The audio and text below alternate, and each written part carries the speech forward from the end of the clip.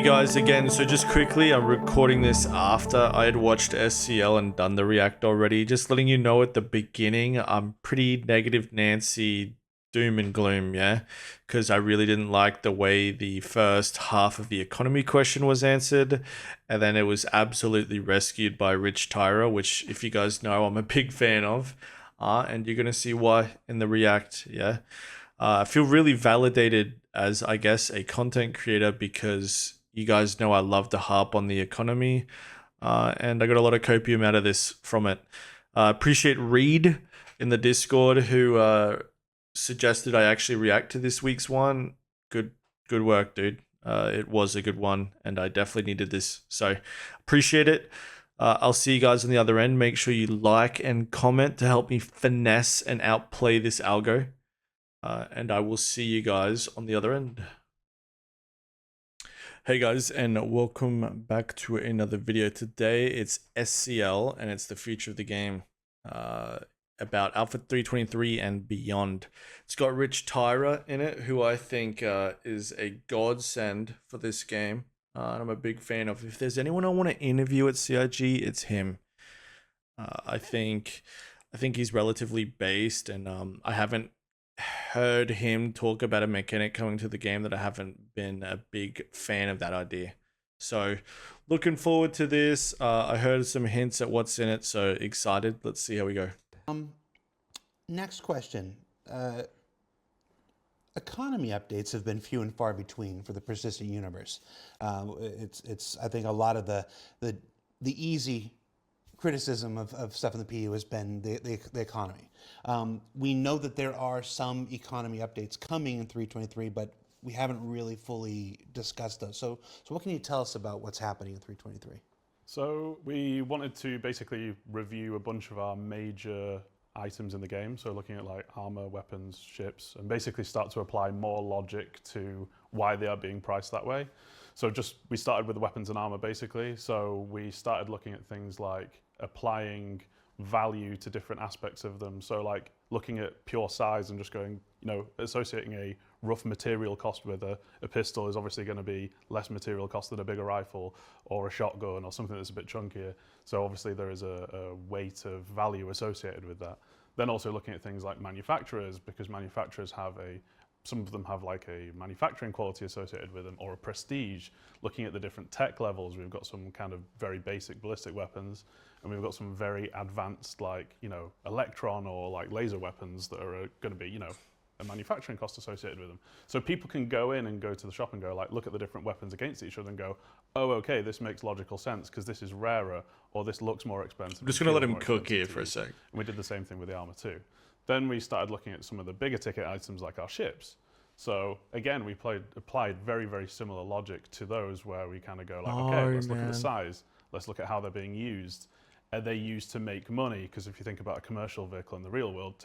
Yeah, but like this is the issue, guys. Like when it comes to resolving the economy, it's got nothing to do with the prices of the same items that we can buy with credit cards. Like that's like I'm looking for the game to become real instead of a storefront. So changing the costs of items that are all on the storefront changes nothing, in my opinion. Like what the economy needs the most is to take things away from it, right? Like you can't buy as many of these armor types at stations and planets, for example. Maybe some locations are gate kept with reputation and then you can buy it there if you got access to a location. Like it's to take things away or add more things that are just unavailable.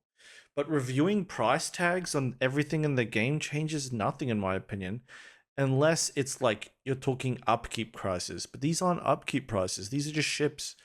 Who cares if the Buccaneer is 2 mil or 4 mil when everybody bought it for 190 USD? Random number, okay? But like when I think about what the economy needs, it's got nothing to do with these price tags. It's upkeep significantly. It's to create power through components, FPS armor, FPS weapons, ship modifications, and then add price tags onto those. But just going through and reviewing what we have, it makes no change. Because okay, if I'll let him cook, but if he's about to talk about ship components, it doesn't matter. And it doesn't matter because these ship components are going to be purchased the day of the wipe, so 323, and then we're not going to care for another year. So even if you bump them all up 5,000, each component that is good and meta right now gets buffed up by 5k. Oh, so we have to do 2 bounties at the beginning of the server wipe. We have to do 20 minutes worth of missions to give us an entire year of gameplay. Like, the economy team need to rework the way this game works. It's not just price tags. It's not just values. You need to change how ship components fundamentally works. You need to change how insurance on ship works, how claim times work, how the claim costs work, fuel, repair, the availability of items. It's not just price tags, and I hope that's not where this is heading. Typically, they cost more because you're going to be able to make money with them. And then looking at manufacturers, quality, is it a luxury ship? That then applies more value to as well. And then obviously weighing that up against the actual prices that you're paying real money for as well, and looking and making sure there's an association with them there as well.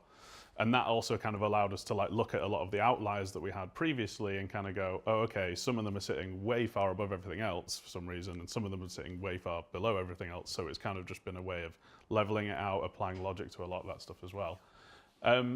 There was a couple of other things that we looked at too. So we also looked at bouncing salvage out, because I think that had not had a thorough pass before. And we kind of saw people just getting millions upon millions of UEC through salvaging. So we felt that that was basically flooding our economy with alpha UEC. So that was causing problems with people. The value of things just go down so much and it becomes meaningless when you can kind of exploit a system like that. So we've applied some more logic to that and brought the kind of gains down on what you can get from salvage. And then we also took a look at bouncing mission rewards. So instead of everyone having to go to make money. Mission, oh man. Dude, guys, it's frustrating.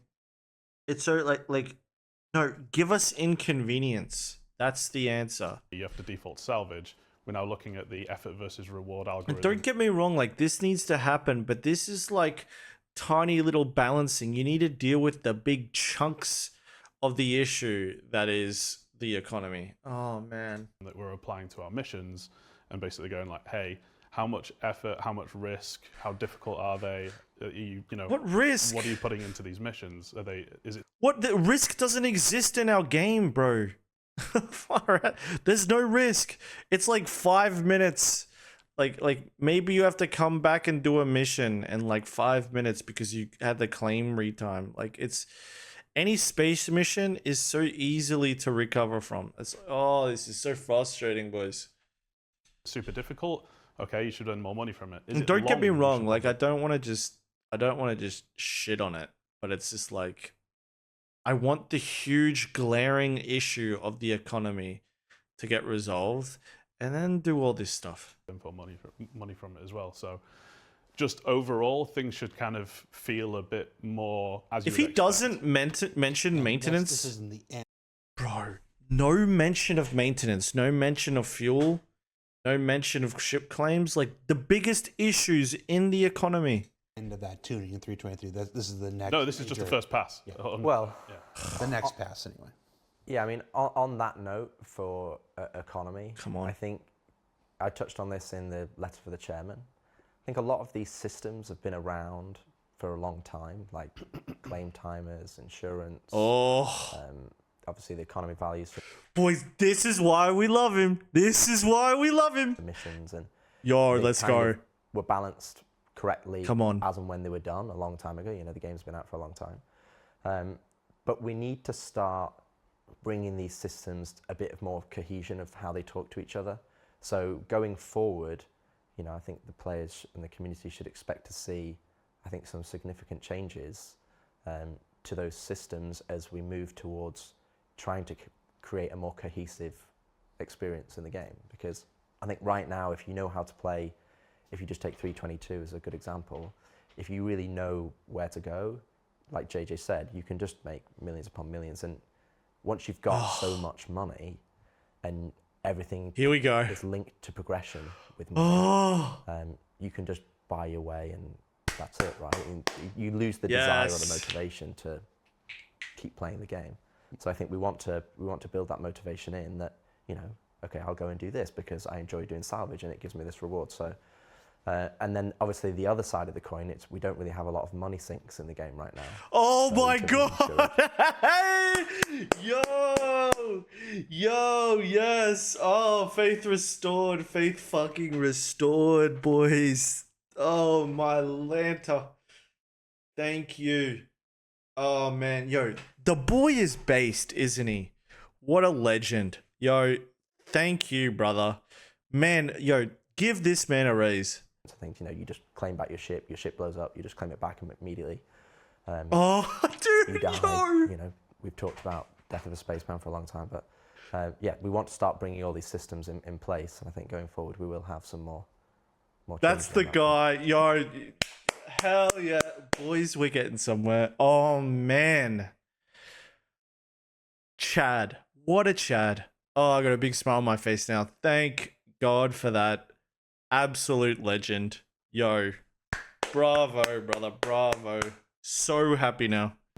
So, and of course, we'll have a story next quarter with Benoit Great. and Andre and stuff about the Oh, good future development shit, of Quantum man. and how that'll play. Hell into that. yeah. We Yo, touch too much on that. Didn't I tell you guys, man? Rich Tyra is the boy, dude. He is the man, okay?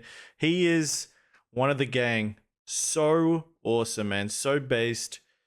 Brother is carrying this game hard, dude. So awesome. Dude, I gotta get him on a podcast, okay? It would be the best thing ever. Oh, man. So happy with that. Now, just for the folks who are in chat asking, all that tees up probably one of the most. Just going to say one thing though, I hate the name Quantum because we've already got Quantum in the game, so I'm definitely going to be pushing to change that name. Hey, rebrand, man, rebrand. So all of that tees up the question that has, frankly, has dominated the chat since we first started talking about this 5 minutes ago now. Will there be a wipe in 323? Yes, so we're going to look to wipe Alpha UEC and rentals, I believe, and that's purely because if we don't, all of the analytics that we get back from people playing the game are going to be basically false reports because people are going to be using all of their banked cash, and it'll just be like, oh, people are just buying all of these now more expensive items, for example, and that then tells us like, oh, do we need to make these more expensive? No, not really. It's just that people are using giant cash reserves that they've been keeping for a long time. So while it might be disappointing for some people to lose the money they've built up, it really, really helps us in informing us, like, have we made, you know, have we pushed the economy in the right direction so we can keep making iterations and informed decisions going forward. Yo, he had to have rehearsed that because you know people hate a wipe and I want a wipe bad. So thank God there's a wipe, boys. Thank God for that. And that's a good thing to note on as well. You know, we're a live game. You know, just because we change the prices in 3.23 doesn't mean we'll then change them in 4.0. We want to put them in. This is our first rebalance or releveler. We'll evaluate, and that's why we want to do the wipe. We'll evaluate, okay, look at the data, and then base our next decisions on that data. So this next question comes with a very specific set of instructions. Let me make sure I get this right. Like, don't get me wrong, I'm interested in the reputations, but not until it gets tied into progression or limitation. Yeah, like that's what I'm looking for a reputation with, is progression and limitation. Right, this is for JJ. Questions for JJ. Tom, follow me over to JJ.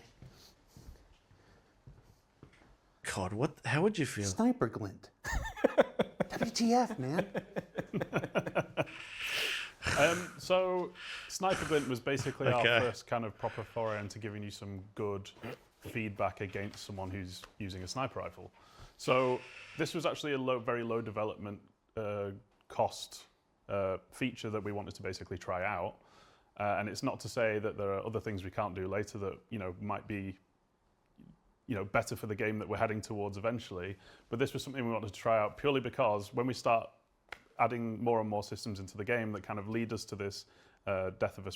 You know, I don't think I've made my opinion about Sniper Glint like on any videos, but yeah, like Surprisingly, I am of the opinion it's dorky. Like, I think there should be one, but I think it should be so tiny and like difficult to see. And like maybe it's like there needs to be a moon or a planet on the side or something like that. But because the problem is, and I've been to Jump Town where someone is shooting you from so far away that it's just ridiculous. So it's like, so it's an open world game where you can go and find any rock on any planet, right? You could drop a cola can on one side of the planet and go find it, right? Meaning players can hide anywhere. They can also hide and glitch inside of rocks. So should there be some sort of mechanic that increases the chance of finding someone, and like maybe like to a tiny degree, there should be something to find someone, right? But a big huge sniper glint, no. So I actually I'm sympathetic to the guys that are complaining about the sniper glint. I do think it's excessive, but I do think there's something missing there, right? Maybe the sniper glint isn't the answer, but it's too easy to just lay prone, staring at a door, and never be at risk, even if there's 50 players trying to bomb every inch of an outpost or something. You know, like, you'll never find them. So something, just something. Spaceman kind of future, which for people who don't know, is basically there's going to be more punishment through death. Death is going to be, it's going to be a very big deal. And if you have a moment where you die and there was nothing you could have done about it because you had no idea about what happened, that's where it becomes a big frustration. If I come and kill you with a shotgun, you probably could have heard me coming and you could have prepared for it and shot me. You see me as part of that process. Whereas when we start looking at, shooting people over massive distances that we have on our giant planets, if you dial in your scope right, you can shoot someone from like over a kilometer away and you're not going to be able to see them. So it was our first attempt at looking at what kind of feedback we can start providing people to kind of cut through some of that frustration. Now, there are other things that we can do in the future that I think support that as well. So like looking at, bigger muzzle flashes that you can see at longer distances, and like improving our whiz-by system and hit reaction and feedback and things like that.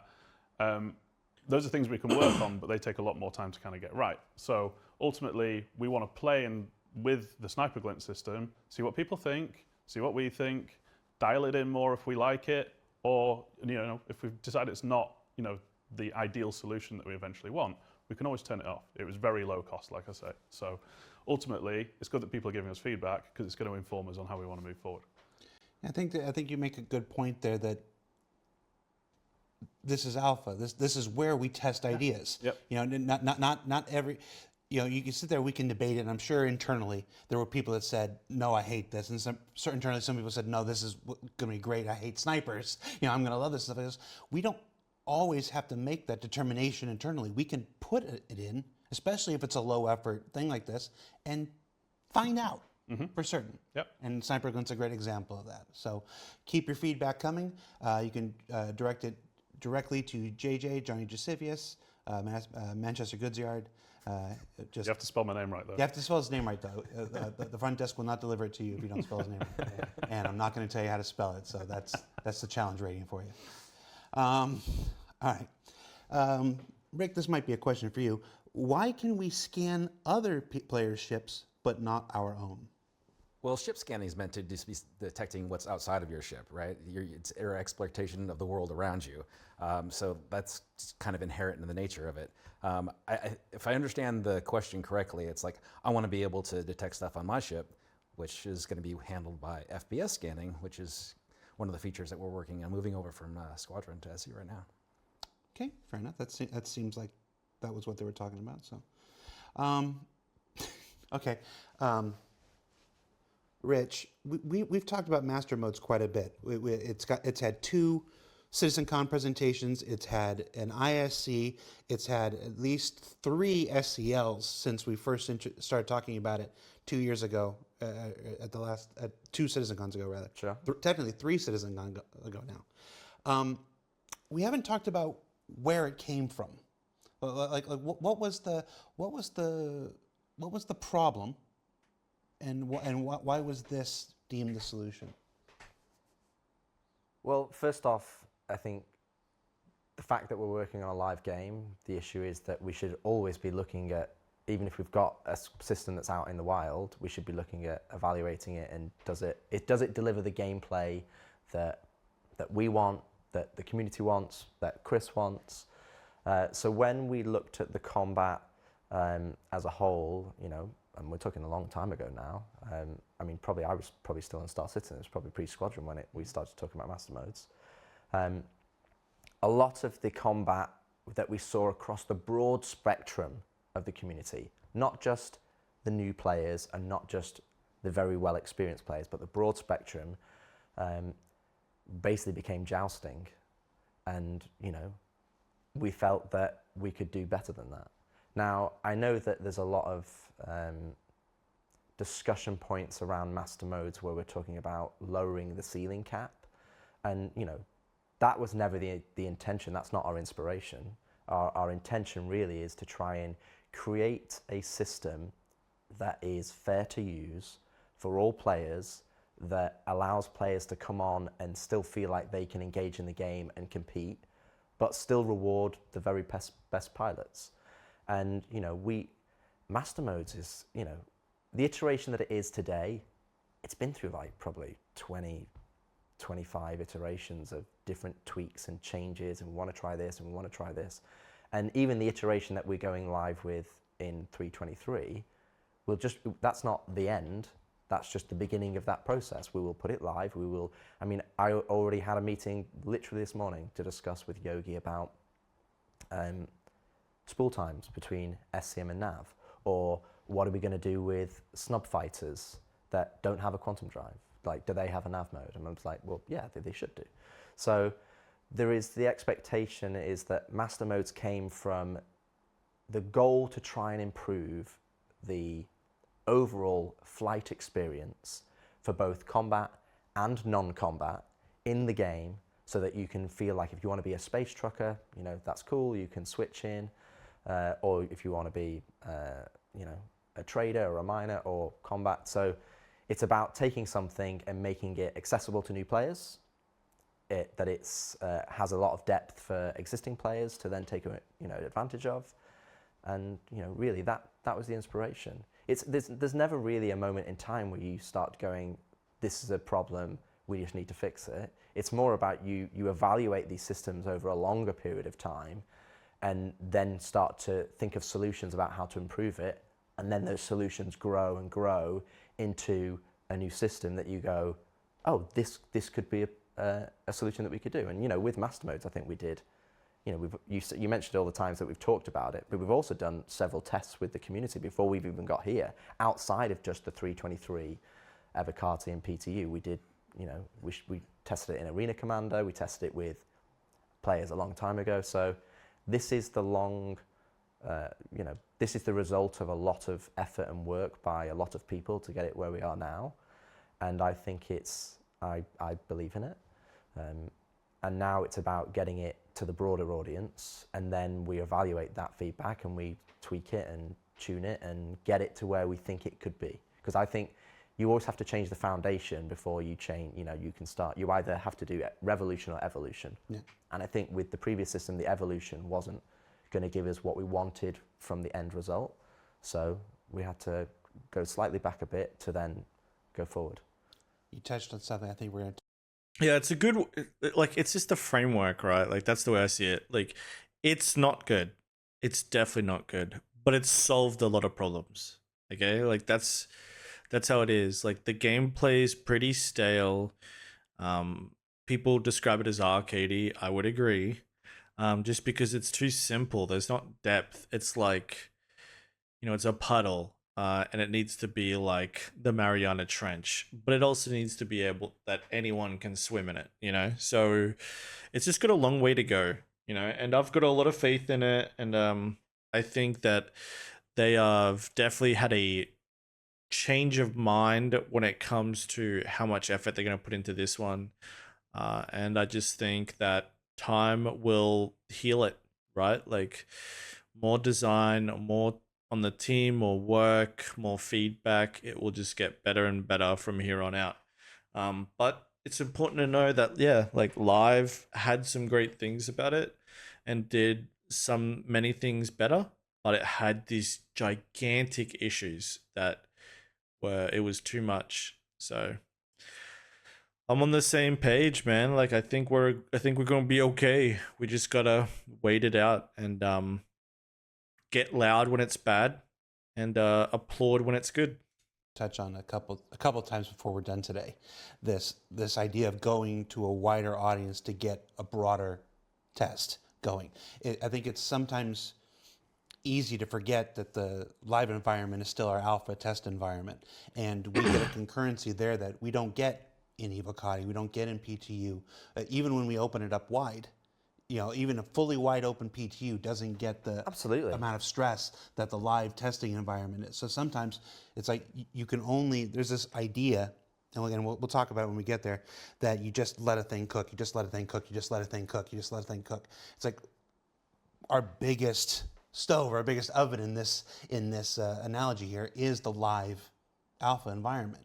That's where we can put the most stress on a feature. That's where we can find the causes of issues. It's where we can best find the solutions of issues are there. So it's important. So that's the next step of master mode development. It's been through all these internal phases. It's been through Evocati. It's been through PTU. Now it's time to go to live. Yeah, and be tested there. To be honest, I've been playing master modes for a long time in Squadron. You know, getting a feel for it. Does it feel right? And you know, sometimes you have to sit with a feature and play it and get the everyday scenario. You can't just take half an hour and go, oh yeah, it's approved. Like you have to play the game and play it for yourself in all the different scenarios, and then make a judgment, and then you know get that feedback, and then we can tweak and improve. I think the interesting thing is as well, because it's been going for quite a while, and obviously we've been playing it internally a lot. We've had a lot of very, very passionate pilots, star citizen pilots at the company who at first were, you know, they felt adverse to the change, like some people in the community are as well.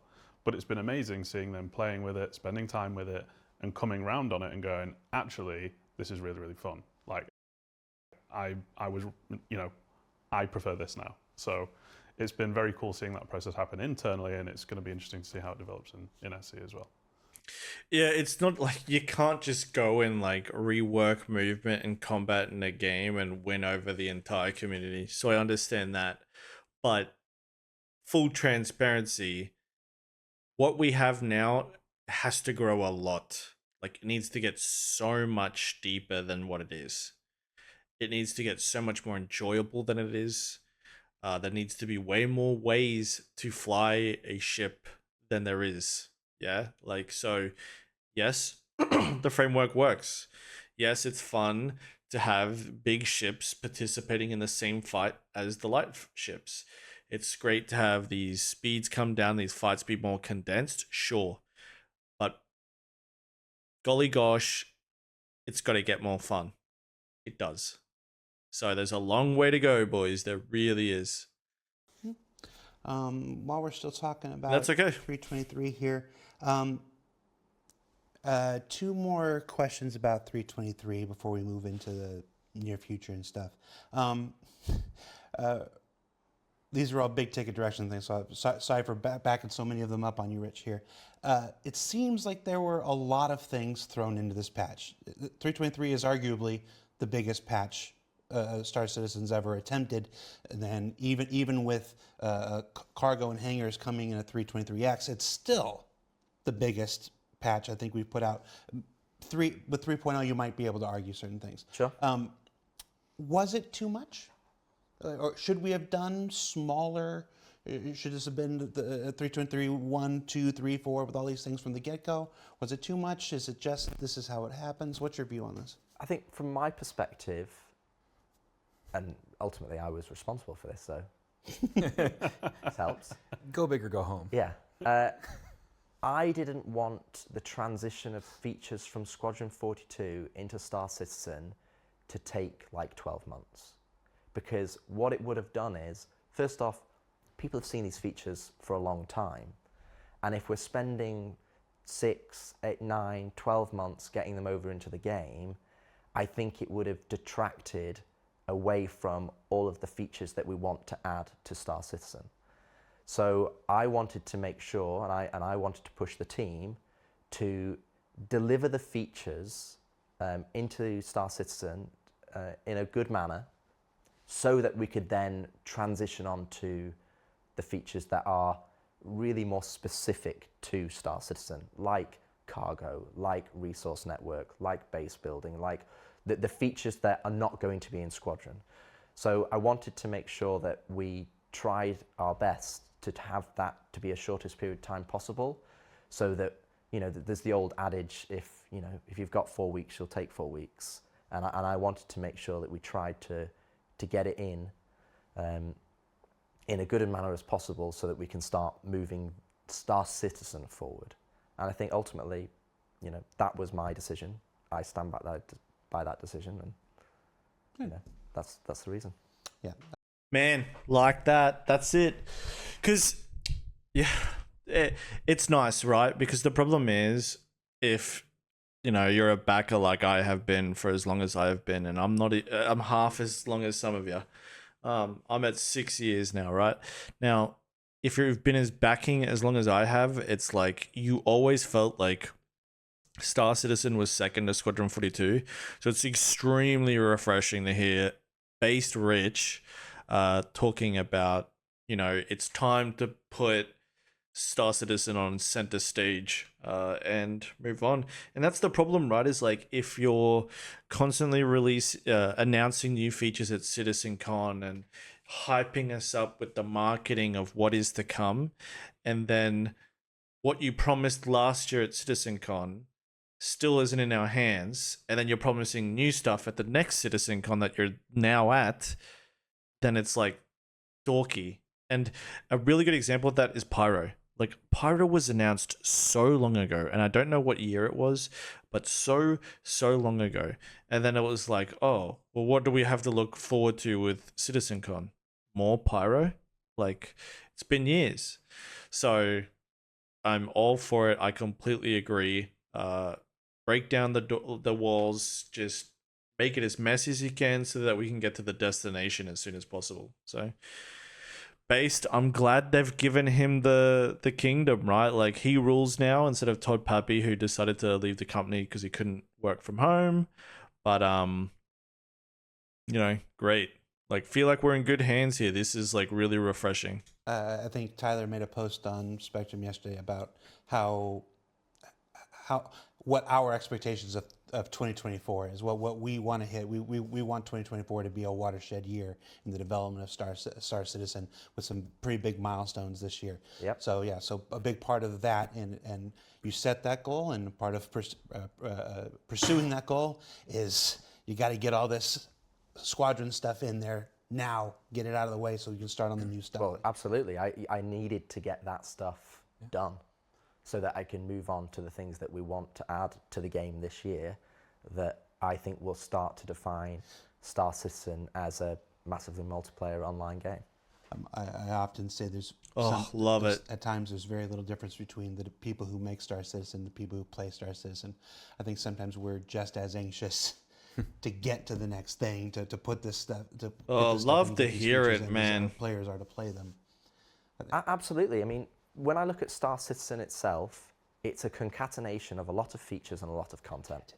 Good word. I want it to be a cohesive experience that is all tied together, and I want to get there as soon as possible.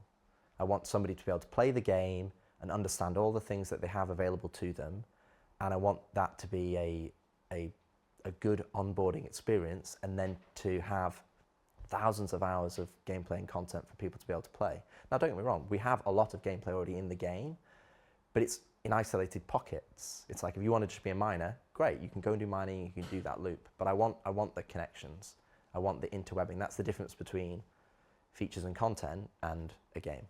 And I want to push towards that as quickly as possible. Okay. Man. So, we got about 20 minutes left. Yo, we love it. Dude, he is so good. We are lucky to have this guy. Seriously. Like, this is what's been missing. Because it just felt like a tech demo, didn't it? Like, and it still does. It just feels like a tech demo. But these are the answers we want that kind of steers it away from that and more towards a game. So, Rich, big fan, brother. Awesome. Big What do you want first? Bad guys or solo players? Let's do bad guys. Okay. You're a bad solo Let's see. player. So currently, it is very hard to be a bad guy in Star Citizen. Basically, you get huge disadvantages having crime stat, and there's not really any place to go besides Grimhex. What's the future hold for the bad guys? Well, Pyro is a good one. So, I mean, ultimately, I want bad guys. I don't think bad guys are always the bad guys. You know, if you're a pirate, you might have moral motivations. Corsairs. But essentially, we want gameplay to be associated in areas that are lawful and unlawful. So obviously in Stanton, there should be a greater risk and greater reward for you being able to pirate. But then you're going to run into the issues that, you know, the question alludes that, you know, you get a crime stat, you're going to be hunted down, what's happening.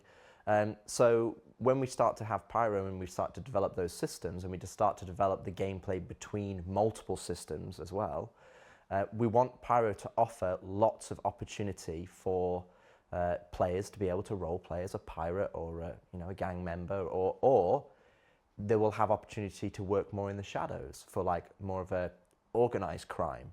So for example, that you can then go into a lawful zone as an organized criminal and be able to perform more criminal activities, but from the shadows.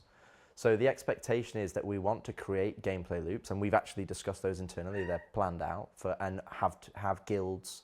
I know you guys can hear join my that cat. offer unlawful activities, and at the start you might just be a thug with a ship, but by the end of it, you might be John Wick. So it's about having that progression within the game. And the other side of things is piracy or unlawful gameplay doesn't always have to be against lawful players. So that's something that in Stanton right now, There we go. if you want to go and be a pirate, you have to pirate the people who don't necessarily want to be pirated, right? And that always leads to a winner and a loser. And I think when you're looking at a game, and this has come up a lot in Star Citizen, are we a PvE game or are we a PvP game? From my perspective, we're both. And I want to create loops that support both. And that means on the PvP or the piracy side, where you want to become a pirate, I want to offer you to be able to pirate PvE and AI players, or should I say AI agents, and obviously players. But I also want to provide activities within Pyro that are beneficial, that force you against other pirates as well. There so that we you go. can have really cool, engaging PvP combat against people who want to have really cool, engaging PvP combat. And that means putting systems in place that, A, you can find where that is, and bringing people to areas that they know it's going to happen. So See Avenger there in is the definitely chat. lots of plans for both bad guys and PvP, and lawful guys and lawful PvP. So I think the first aspect is that we need more than one system that is just fully policed by the advocacy or the UEE. We need to have systems where it's more appropriate. And of course, we use the term bad guys colloquially. Shout out to my bad girls out there. Yes. Guys, girls, and robots. All right. Two more questions here. The other big one for you. What place is there for a solo player in Star Citizen? I like that because it's like dude, I don't get any dopamine from murking players that aren't interested in PvP. Like, doesn't mean I won't do it. Like, if I run across someone and I think they might have loot or something along those lines, then absolutely I would. But it's not fun pursuing players that aren't interested. And you'd be surprised. There's PvPers that love to PvP right up until some other PvPers show up. But I like the idea of competing. Like, that's what it is at the core for me. Like, I made an org to be competitive.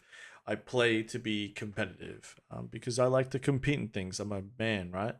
Now, I really like the idea of this because there's very much like the PvP community versus the PvE community, and one's trying to hunt the other, and I just don't subscribe to that. I don't care for it.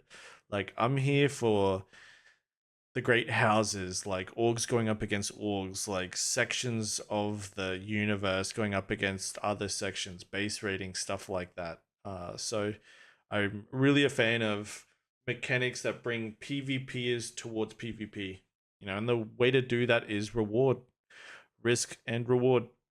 So absolutely looking forward to that. I hope there's more of it. Every time they do it, it's great, but the problem is there's never economic incentive. There's no power accumulation by doing it. It's fun for the act, but there's no benefit progression wise. So Citizen. but I like that. I think think I'll go there's- get a drink and leave, Rich. Yeah, yeah. There you go, boys. That's it. Appreciate it. I had a great time with this one. And give me a 1, 2, 3 if you got this far. I know it's SCL, so a lot of content creators cover it. But it was up our alley, and it touched some of the subjects that are heavily focused on this channel. Again, appreciate you, boys. I'll catch you guys in the next video. Get in the damn Discords.